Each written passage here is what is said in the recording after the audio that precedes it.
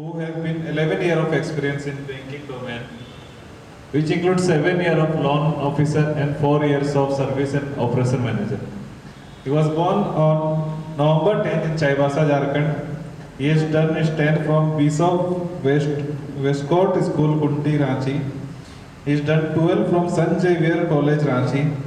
He had also graduated in accounts honors from St. Xavier College, Ranchi, and MBA from XISS, Ranchi. He has a lot of achievements in his bucket, and some of the ones are mentioned here. He has received IDBI Federal Insurance Silver Qualified in Jharkhand in 2017 and 18. He has also received IDBI Best Agriculture Officer Award Jharkhand 2018. He has also received Certificate of Excellence IDBI Tata AIG Insurance 2024 Bangalore. Best Relationship Manager LIC Mutual Fund 2025 Bangalore, and also first prize in IDBI Business Continuity Program Competitive 2025 Bangalore. Lots of achievement. Please give a big round of applause for him. Lastly, he's talking about interest. He loved to play cricket. He has represented his class, school and college in the cricket team. He is a traveler, loves photography, cooking, bike riding, sports. His main interest mostly lies on the banking, finance, economic, politics sector, and from small changes to society, basically want to bring small changes in the society with his work. So, Isirva Note 2025 welcome you, Manish sir. Please come on the stage and please give a big round of applause for him. Thank you for inviting me as a guest speaker here. We should also take a moment to celebrate and thank Iseba and Nord team for organizing this event. Okay. So I'll start with my presentation on financial literacy, a smart relationship with money. Before I start with my presentation, I want to briefly say about my company. So my bank is IDBI Bank. Okay, it's an Industrial Development Bank of India, established in the year 1964. So basically, we were pioneer in project financing and geographical spread of government schemes and all across India. Okay.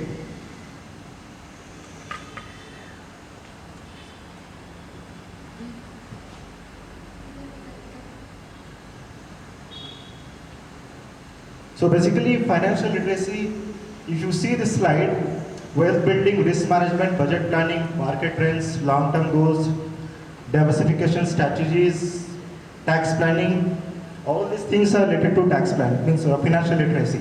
So what is wealth building? Can anybody say? Wealth creation? पैसा बनाना पैसा बनाना पैसा बनाना. Not only like the property. In a broader sense, you can say. Look wealth building. Pacific unit Pacific वो भी चलेगा. Multiple portfolios. So, yeah, correct. So, एक कहावत है कि wealth building is not a sprint, it's a marathon. It requires discipline, ठीक है, proper planning, and then you can execute as per your plan. Risk management, how do we manage our risk? We take life insurance, we take health insurance, okay? We take vehicle insurance. So all these things are risk management. We are managing your risk.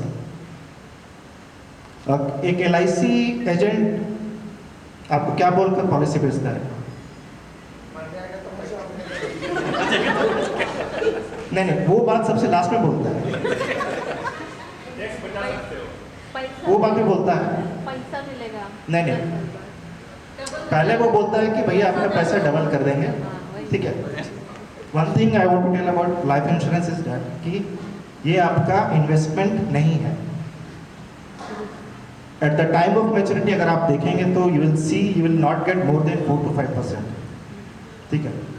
Mainly आपका वो आपका life cover कर रहा है. Okay. Budget planning As per our income, we plan our monthly expenses and savings. Okay. Long term goals, आपका retirement planning हो सकता है. ओके, वी प्लान और रिटायरमेंट प्लानिंग. डाइवर्सिफिकेशन स्ट्रेटेजीज, बहुत सारा पूल होता है इन्वेस्टमेंट का. ठीक है, कोई सेफ खेलना चाहता है, कोई रिस्क उठाना चाहता है. ठीक है, जो यंग है ही कैन टेक रिस्क. जो 35 प्लस है वो सेफ खेलता है. करेक्ट हो? तो उसमें आप क्या कर सकते हैं कि किसी को एफडी में इन्वेस्ट करना होता है, कोई म्यूचुअल फंड्स में करता है, कोई स्टॉक्स में करता है. Okay, so you can diversify your investment. Tax planning we all do. ठीक है, टैक्स बचाना है, होम लोन है, हाउसिंग लोन है, we can save interest tax. ठीक है ना. 80C के अंडर में आता है, we can save up to 1,50,000. ठीक है.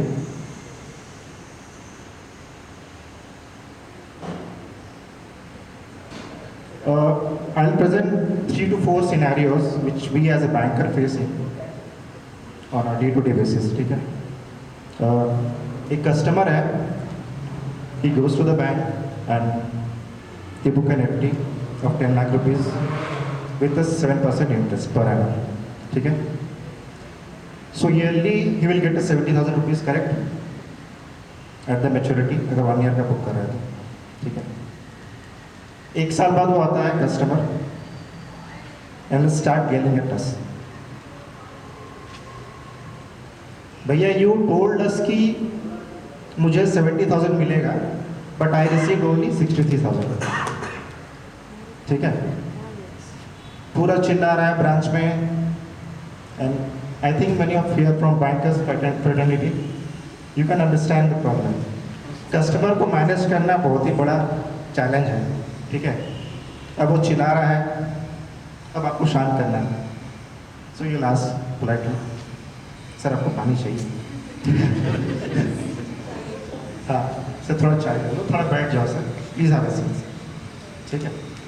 So what I will do, I will call my office boy Anaya. Okay, Anaya पानी लेके आओ. And he will say sir one निमिष. Anaya, he is a local guy. He speaks only Kannada. तो mainly क्या होता है ना, we both talk in sign language. Okay. अनया वो फाइल लेके आना, स्टॉप पेमेंट को फाइल लेके आना, and he will do like this. पहली बात तो है कि उसको हिंदी समझ में नहीं आता है और इंग्लिश भी समझ में नहीं आता है. तो I have a really tough time in the bank. Customers तो हैं ही. ठीक.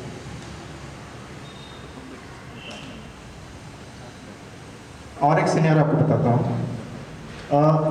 क्वेश्चन मैं आपसे पूछता हूँ कि उनको लेस अमाउंट क्यों मिला. Can you tell me? TDS. How much percent? 10%. ठीक है. तो 10% किस लिए कटा?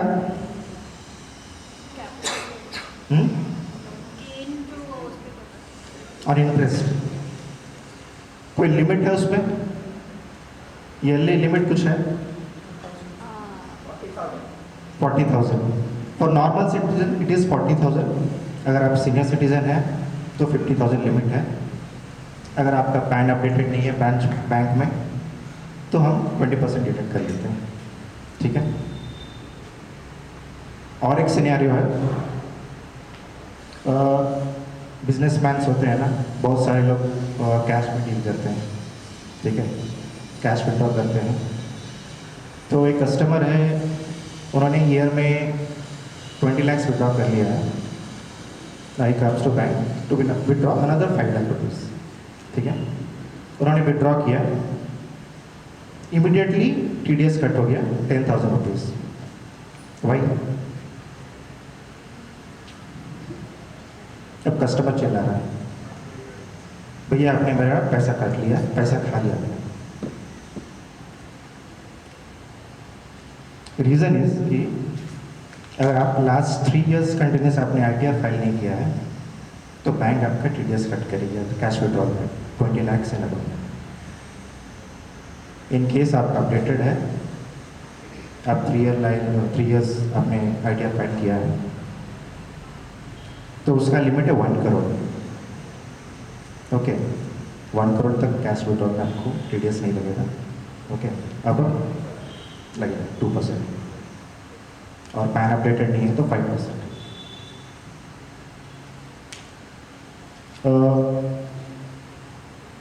Before I move to this capital gain tax, और एक सिनेरियो बताता हूँ आपको मैं। फ्लैट्स आपने यहाँ पे किसने लिया? फ्लैट्स यहाँ पे परचेज किया है। ओके, अभी अभी आपने परचेज किया है। आपने सर पहले परचेज किया है? ओके, रिसेंटली, ठीक है।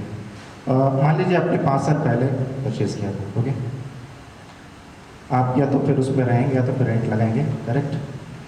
5 साल बाद आपको लग रहा है कि इसका प्राइस अप्रिशिएशन है, you want to sell the flat. Okay, 50 lakh का आपका मान लीजिए 1 करोड़ है, ठीक है।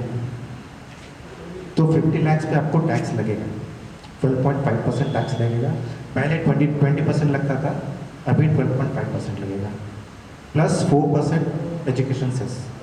यानी कि अगर 50 लाख आपका नेट प्रॉफिट है, आप गेन कर रहे हैं कैपिटल गेन से, तो 6,50,000 आपको टैक्स देना पड़ेगा। Okay, will see tax saving net consideration deposited in the bank income tax filing. ये आगे बढ़ते हैं।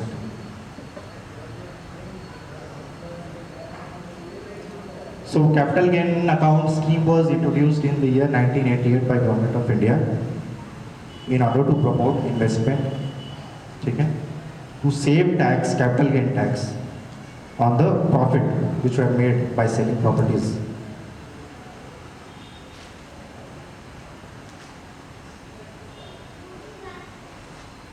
अभी किस किस में आपको टैक्स लग सकता है आप देख लीजिए। यहाँ पे आप घर बेच रहे हैं, आप प्रॉफिट कमा रहे हैं तो आपको टैक्स लगेगा, ठीक है।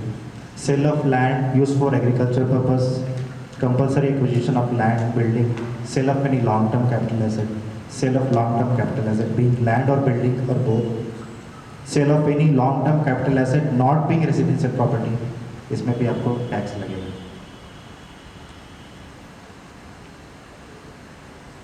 Transfer of assets in case of shifting of industrial undertaking from urban areas, इसमें भी आपको टैक्स लगेगा। ट्रांसफर ऑफ रेसिडेंशियल प्रॉपर्टी, इसमें भी आपको टैक्स लगेगा।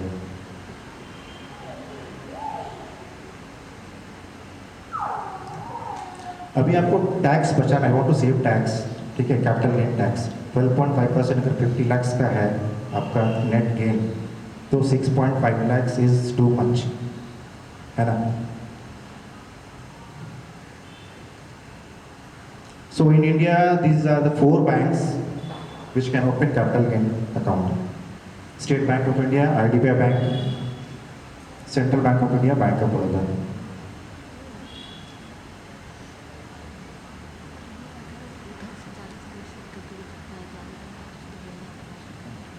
So you can open 2 types of account, capital gain account in the bank, that is savings account and fixed deposit.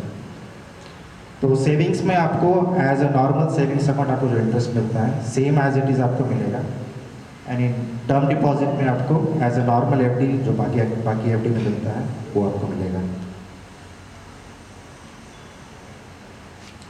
अब इसमें ये कि है एक कैच है, मैं आपको बता रहा हूँ कि अगर आप ये कैपिटल गेन अकाउंट ओपन कर रहे हैं तो 2 years to 3 years उसका वैलिडिटी है, ठीक है। आपने 50 लाख रुपीज़ इसमें रख दिया, अभी आपको जो आपने गेन किया है उसको आपको प्रॉपर्टी में ही इन्वेस्ट करना पड़ेगा, किसी और पर्पस के लिए आप यूज़ नहीं कर सकते, you cannot use it for that purpose. आपने प्रॉपर्टी बेचा है, 50 लाख आ गया आपके पास में, और आपको जानकारी नहीं है, आपने बैंक में रख दिया, तो चांसेस है 99.9% चांसेस है कि आपको लेटर मिलेगा इनकम टैक्स से, भैया आपने टैक्स भरा नहीं है, आप टैक्स पे करो। वो पूछे कि सोर्सेज किधर है, कहाँ से पैसे हैं। तो we as a banker on daily basis हमें पता रहता है कि क्या होने वाला है, किस कस्टमर के अगेंस्ट में क्या इंक्वायरी चल रही है। So we coordinate with enforcement directorate, CBI, income tax, उनके इंटीमेशंस हमें आते हैं, और कौन कस्टमर के अगेंस्ट में क्या केसेस चल रहा है ये भी हमें पता होता है। तो कैपिटल गेन सेविंग्स अकाउंट में आपको 2 इयर्स का टेनर मिलेगा। उस 2 इयर्स के अंदर में यू हैव टू परचेज और बिल्ड फ्लैट या फिर रेसिडेंशियल प्रॉपर्टी, कुछ भी आपको बनाना पड़ेगा। ओके, अगर आपने 50 लाख में से 40 लाख आपने यूटिलाइज कर दिया फ्लैट लेने के लिए, 10 लाख बच गया, उसमें आपको टैक्स देना पड़ेगा। अकाउंट क्लोज करना है तो आपको इनकम टैक्स एसएससी ऑफिसर के पास जाना पड़ेगा। ही विल चेक कि आपने टैक्सेस प्रॉपर्ली पे किया है कि नहीं, तो उसके बाद फिर हम आपका अकाउंट क्लोज कर सकते हैं। ओके, अगर आप कंस्ट्रक्ट कर रहे हैं हाउस तो फिर आपको 3 इयर्स का टाइम मिलता है। ओके,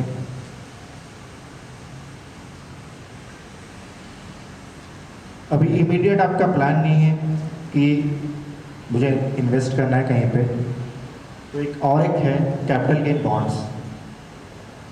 50 लाख आपके पास है, नेक्स्ट इमीडिएट ईयर्स में आपको इन्वेस्ट करने का वैसे कुछ प्लान नहीं है, री इन्वेस्ट करने का, तो आप 5 इयर्स के लिए कैपिटल गेन बॉन्ड में इन्वेस्ट कर सकते हैं।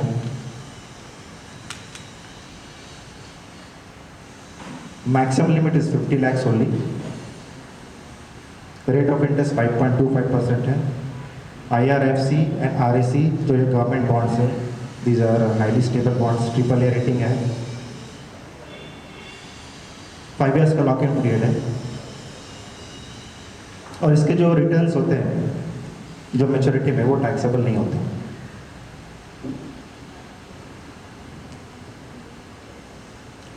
We'll just see a comparison between this capital gain bond and FD. Sale value of the property is 1 crore and you have invested in capital gain bond and FD. तो दोनों scenario में कौन सा better option है मैं आपको बताता हूँ। Capital gain from the deal you are gaining 50 lakhs, ठीक है। अगर आपने डिसाइड कर लिया कि मुझे एफडी करना है तो इमीडिएटली आपको 6.5 lakh rupees as a tax देना पड़ेगा। 12.5% प्लस 4% एजुकेशन सेस। अगर आप डिसाइड कर रहे हैं कि कैपिटल गेन में आपको इन्वेस्ट करना है, बॉन्ड में इन्वेस्ट करना है, तो आपको टैक्स नहीं लगेगा।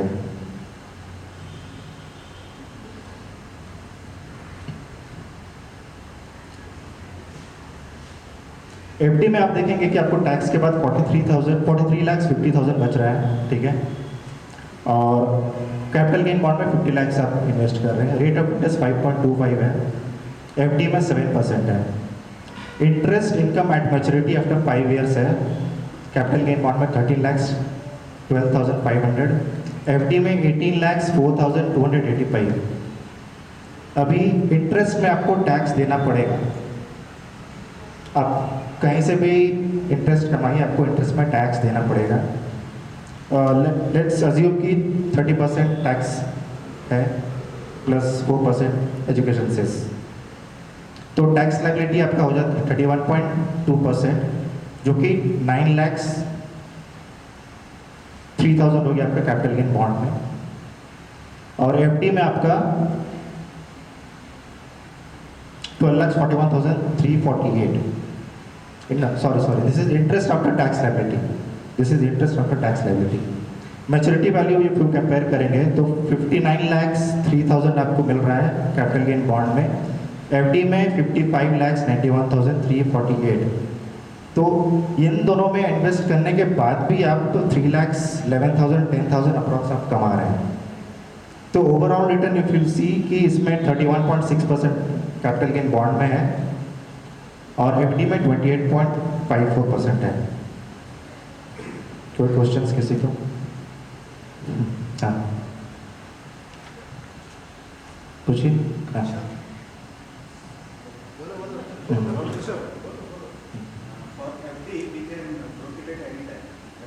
एफडी में देखिए क्या है कि आप premature closure can do it, okay, but उसका जो स्लैब है, सपोज ये बुक एफडी फॉर 1 ईयर, ठीक है, 7% में है, अगर आप विद इन 5 मंथ्स में आप क्लोज कर रहे हैं, so will not gate FD return of 7%।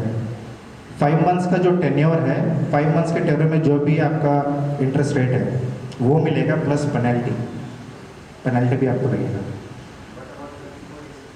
54 नहीं, ये वाला जो पूछ रहे हैं इसमें मैच्योरिटी में कोई भी टैक्सेबल नहीं है।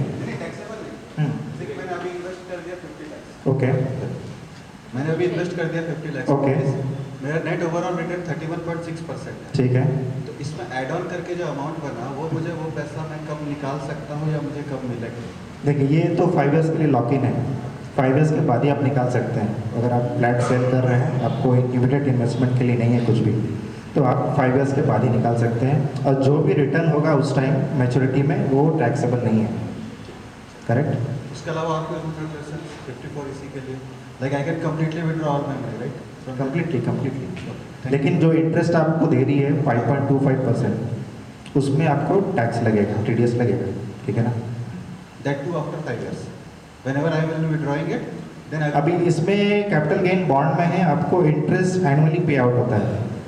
ओके, एनुअली पे आउट होता है, तो जब आप आईटीआर फाइल करेंगे उस टाइम आपको वो एज ए इनकम में ऐड हो जाएगा। ओके,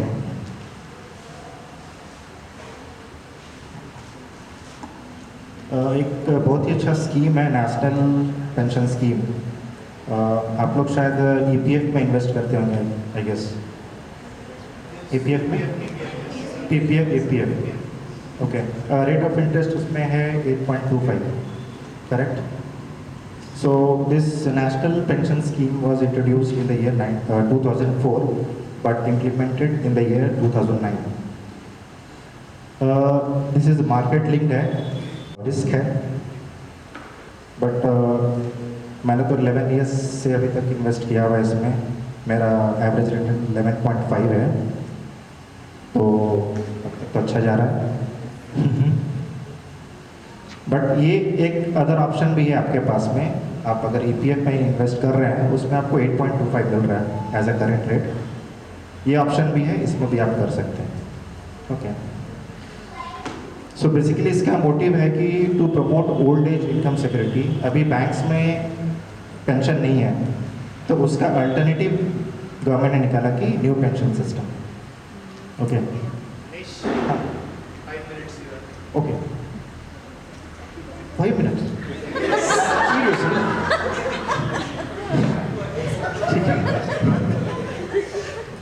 ठीक है।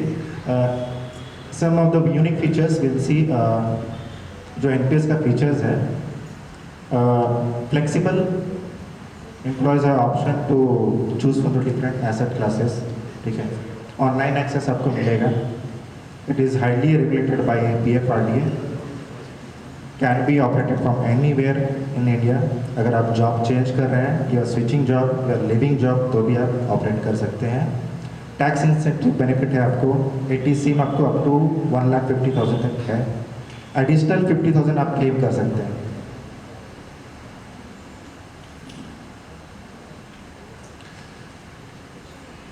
आपको 2 चॉइसेस मिलता है, active choice and auto choice.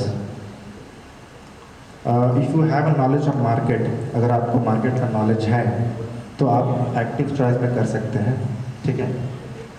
Equity में इन्वेस्ट होगा, कॉर्पोरेट बॉन्ड्स में, गवर्नमेंट सिक्योरिटीज, अल्टरनेटिव इन्वेस्टमेंट। इसमें कैप है कि आप maximum 75% of investment you can do in equity, ठीक है। वो हाईली रिस्की है, तो उसमें उन्होंने कैप डाला है 75।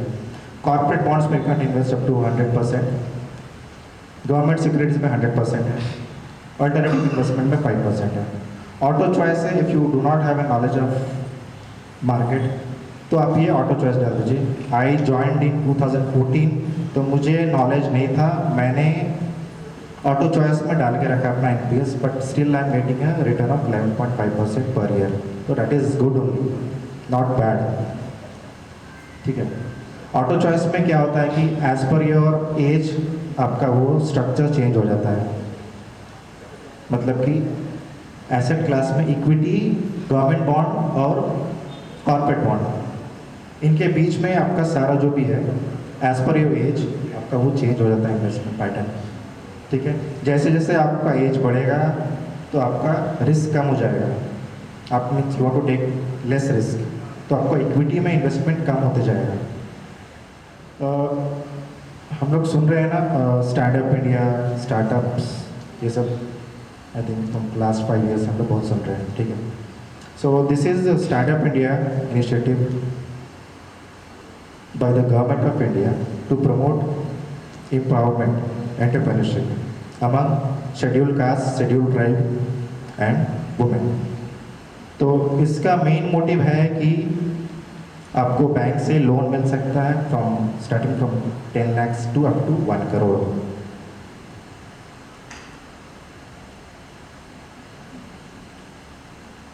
थोड़ा फीचर्स हम देख लेते हैं। एलिजिबिलिटी है इसका SC ST women entrepreneurship, women entrepreneur above 18 years of age, borrower defaulter नहीं होना चाहिए, सिविल स्कोर अच्छा होना चाहिए। Nature of loan composite loan between 10 lakhs up to 1 crore हम ले सकते हैं। ठीक है। लोन रिपेबल आपका within 7 years, moratorium period 18 months। What is moratorium period, कोई बता सकते हैं? Cool down period, kind of cool down period wherein either you can pay, that will directly be deducted Okay. from the principal amount, or you can start, मतलब in that period you do not have to pay any EMI or interest। Okay, correct correct. आप कुछ setup कर रहे हैं, आपको time लग रहा है, आपका बिजनेस स्टार्ट नहीं हुआ है, तो बैंक आपसे EMI नहीं पूछेगी, इंटरेस्ट नहीं पूछेगी, आपको बफर पीरियड देगी 18 months। आप वेट करो, आपका सेटअप हो गया, बिजनेस स्टार्ट कर दिया आपने, आपको इनकम्स आ रहे हैं, तो फिर बैंक आपका EMI लेगी। ठीक है। मार्जिन मनी 15% है इसमें। अगर 20 lakhs का लोन है, 15% कितना हो जाएगा? 3 lakh रुपीज़। 3 lakh रुपीज़ आपको अपने पॉकेट से देना है, बाकी 17 lakhs बैंक देगी। ठीक है। स्मॉल एक फिगर मैं बता रहा हूँ कि अभी तक में कितने लोगों ने ये बेनिफिट उठाया है फ्रॉम SC कम्युनिटी। 2018 और 2024 का कंपैरेटिव फिगर है। ST में देखते हैं 2,841 to 15,228, तो अभी तक इतने लोगों ने इसका बेनिफिट उठाया है।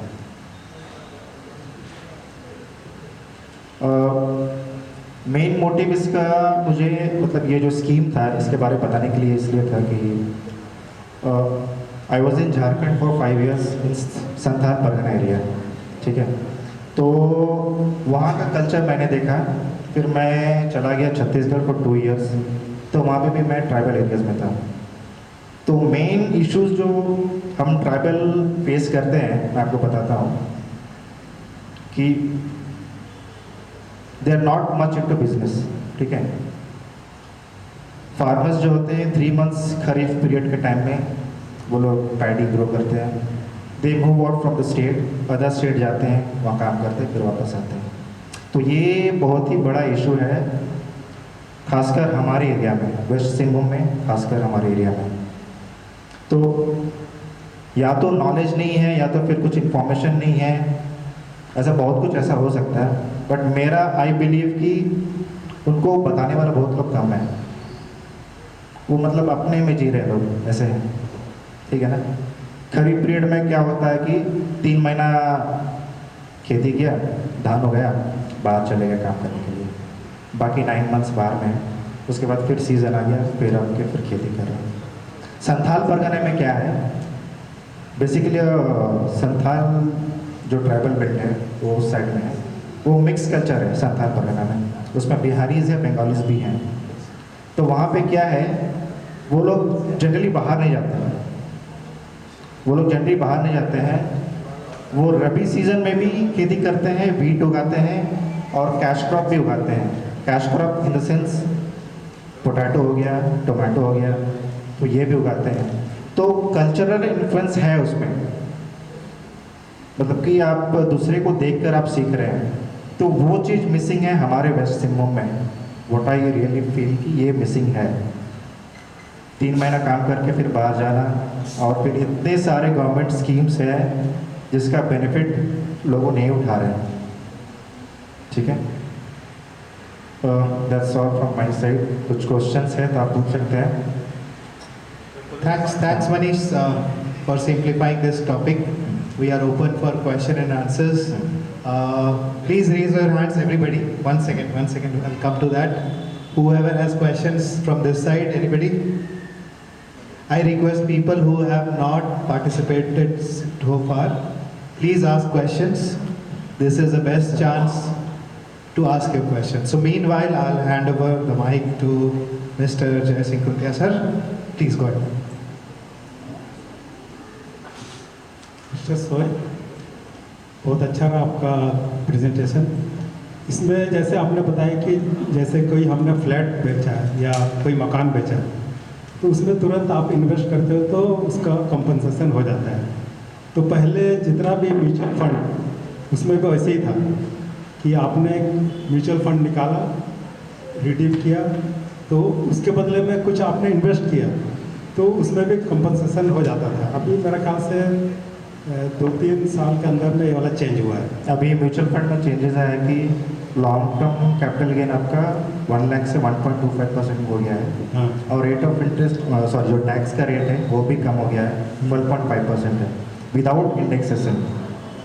नहीं, वो तो ठीक है, वो तो मालूम है, क्योंकि हर साल अपना बजट में आता है सब, है ना, कितना होना चाहिए। करेक्ट। लेकिन जैसे हमने म्यूचुअल फंड कुछ निकाला और उसमें हमने दूसरा इन्वेस्ट किया, तो जिस तरह से रियल एस्टेट के लिए हमारा कंपनसेशन हो जाता है, तो उस तरह से नहीं होगा क्या? नहीं, उसमें भी सेम टैक्स एप्लीकेबल है। अगर आप लॉन्ग टर्म में कर रहे हैं या शॉर्ट टर्म गेन कर रहे हैं, तो उसमें भी सेम टैक्स लगेगा आपको। लॉन्ग टर्म में 12.5% है, शॉर्ट टर्म में 20% है, सेम लगेगा आपको। उनका सवाल ये है, जैसे हम लोगों ने 50 लाख का इंटरेस्ट हमको मतलब घर बेच के profit, okay, but when we reinvest in like bonds, we don't have to pay any interest, correct. right? But in mutual fund, when we get the return, Okay. we have to pay the interest, Thanks. tax on that interest. हाँ, correct. What uncle was saying is earlier they used to be a scheme like if they reinvest, they didn't used to pay that interest. So that. तो पुराने वाली बात कर रहे हैं। Okay, but पुराना का तो मुझे मालूम नहीं, बट अभी सिनेरियो में जो है वो मैं बता रहा हूँ। तो किसी तरह बचा सकते हैं क्या? मैं एक्चुअली समझ नहीं रहा क्या बोल रहे हैं, कैसे बोलिए। एक्चुअली जैसे मैंने कोई म्यूचुअल फंड रिडीम किया, okay, I got something 25 lakh. ठीक है। तो पहले क्या था कि अगेन यदि हमने उसको री इन्वेस्ट किया है ना 25 लाख, तो Okay. उसमें 0 टैक्स लगता था, नो टैक्स एट ऑल। तो ये वाला अभी 2-3 साल पहले चेंज हुआ, बट Okay. अभी क्या है कि जैसे ही आपने निकाला तुरंत टैक्स अप्लीकेबल हो जाता है। करेक्ट। तो अब चाहे री इन्वेस्ट करो चाहे कुछ भी करो, दूसरा बॉन्ड वगैरह का मुझे मालूम नहीं, बट म्यूचुअल फंड में ही री इन्वेस्ट करो तो उसमें भी पूरा टैक्स लग जाता है, जो भी आपने निकाला है उतना अमाउंट पर। एक्चुअली इसके बारे में मुझे एग्जैक्टली मुझे पता नहीं, but I will come back to you sir, मैं रिसर्च करके आपके पास आऊँ। ओके। ओके, और कोई?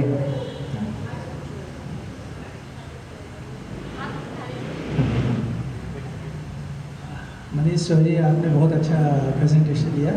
अब मुझे एक पूछना था, ये जो एनपीएस है, जी। तो जब आफ्टर रिटायरमेंट हम उसको मैच्योर करेंगे और उसको सिस्टमेटिक विड्रॉल में कर सकते हैं ना? जी जी। एनपीएस, हाँ, तब वो क्या टैक्सेबल रहेगा? बता रहा हूँ। एनपीएस में आप जितना भी फंड इन्वेस्ट कर रहे हैं, 60 इयर्स के बाद आपको 60% आप विड्रॉ कर सकते हैं। 60% विड्रॉवल आपका टैक्सेबल नहीं है। 40% आपको एज ए एन्युटी पेंशन मिलेगा, वो टैक्सेबल है। वो टैक्सेबल। वो टैक्सेबल है। तो वो जो टैक्सेबल रहेगा as per the senior citizen के हिसाब से। जो भी, हाँ, उस टाइम जो भी आपका टैक्स स्लैब रहेगा, आपको टैक्स लगेगा उसमें। Thank you. Thanks, sir, for such a wonderful session. Sir, two questions real quick. First one is when we are selling a house, right? For example, we book the profit for 50 lakhs, that's what you said. And how do you differentiate? Just like we will have our sales fee या फिर we'll have to accommodate for all the registration charges and everything, right? तो आप वो 50 lakhs का differentiate आप कैसे करोगे? Like this was my actual profit that I booked while selling my house. Registration ये सब आप अलग से ले लीजिए, ठीक है। रजिस्ट्रेशन के लिए भी आपको टैक्स बेनिफिट मिलता है, और आप देखेंगे तो रजिस्ट्रेशन और स्टैम्प ड्यूटी का भी आप टैक्स अवेल कर सकते हैं। आपको नेट गेन क्या मिल रहा है वो आपको देखना है।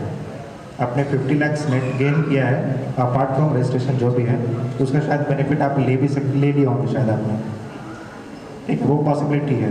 तो नेट गेन आपको 50 लाख मिल रहा है, तो उसमें आपका फिर टैक्स लगेगा। Okay, Excluding the registration. या correct. And sorry, the second question I had was for the startup loan thing. Yeah. What is the collateral that we would be giving? Collateral में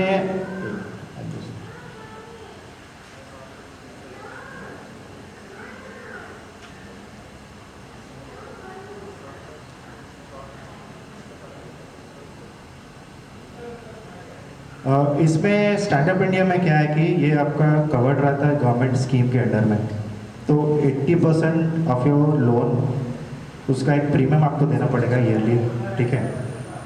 अब मान लीजिए 2% या 1% कुछ भी है, तो आपको वो प्रीमियम देना पड़ेगा।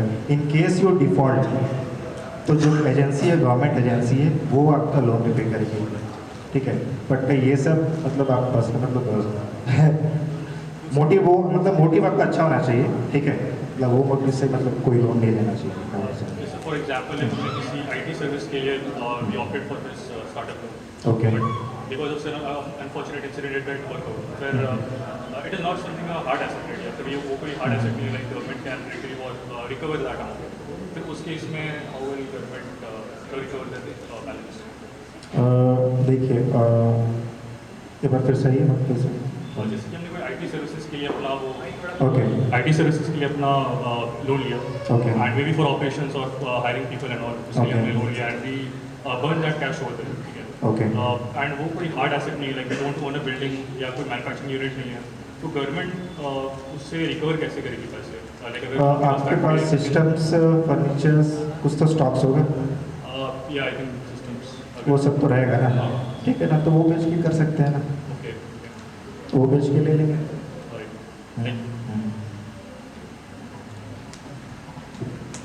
Thank you for this question and answer round, and thank you Manish so much.